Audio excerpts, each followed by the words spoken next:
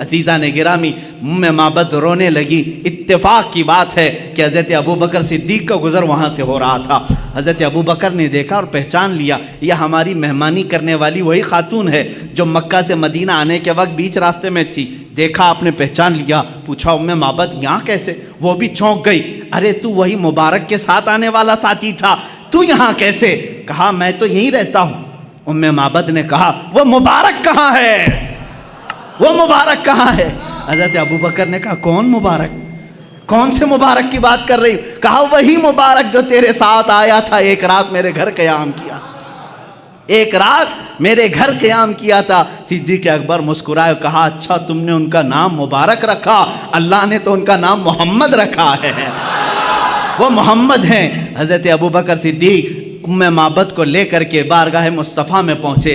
اللہ کے نبی صلی اللہ تعالیٰ علیہ وسلم کو جیسے ہی وہ اپنے آنکھوں سے دیکھنے لگی, پھوٹ پھوٹ کر کے رونا شروع کیا. کہا اے اللہ اب میری ساری بکریاں ختم ہو جائیں, اس لیے کہ میری زندگی کا مقصد مجھے مل گیا, اس چہرے پاک کو دیکھنا میرا مقصد تھا. اللہ کے نبی صلی اللہ تعالیٰ علیہ وسلم نے بے حساب اس خاتون کو عطا کیا. جانتے ہو وہی بوڑھی بکری, وہی ہڈیاں نکالی ہوئی بکری جو دودھ دینے کے لائق نہیں تھی, موت کا انتظار کر رہی تھی, پورے زمانے مصطفیٰ میں پورے محلے کو دودھ دیتی تھی, زمانے ابو بکر صدیق میں دودھ دیتی رہی, زمانے عمر فاروق میں دودھ دیتی رہی, زمانے عثمان ابن عفان میں جا کر کے اس بکری کا انتقال ہوا. عزیزان گرامی یہ تھی میرے مصطفیٰ کریم صلی اللہ تعالیٰ علیہ وسلم کے حسن و جمال کی کیفیت کہ جو ایک بار دیکھ لے وہ زندگی پھر اسی حسن کی یاد میں گزارتے, اسی حسن کی یاد میں گزارتے. ارے یوسف علیہ السلام کے بھائیوں نے بھی حسن دیکھا تھا, لیکن دیکھا اس کے بعد لے جا کر کنویں میں ڈال دیا. زلیخا نے دیکھا لیکن اپنی شادی کرنے کا خیال کیا, جیل میں پہنچا دیا. بادشاہ نے دیکھا, وزیر بنا لیا, لیکن مصطفیٰ کریم صلی اللہ تعالیٰ علیہ وسلم کا جس نے حسن دیکھا وہ حضور کو خریدنا نہیں چاہا, بلکہ جو دیکھا وہ اپنے آپ کو بیچ دیا. یہ صحابہ نے کیا ہے. یوسف علیہ السلام کا حسن دیکھ کر کے لوگ کیا کر رہے تھے؟ بولی لگا رہے تھے, یہ یوسف کو ہمیں خریدنا ہے, یہ حسین ہے, یہ جمیل ہے, بہت خوبصورت ہے. کوئی 100 اشرفیوں کی بولی لگا رہا ہے, کوئی 1000 کی بولی لگا رہا ہے, کوئی 10,000 کی بولی لگا رہا ہے. یوسف کو مجھے خریدنا ہے. خریدنے والوں کی دوڑ ہے مصر میں, لیکن یہاں مدینے کا بازار ہے, یہاں صدیق اکبر بھی مالدار ہے, عثمان ابن عفان بھی مالدار ہے, عبد الرحمن بن عوف بھی مالدار ہے.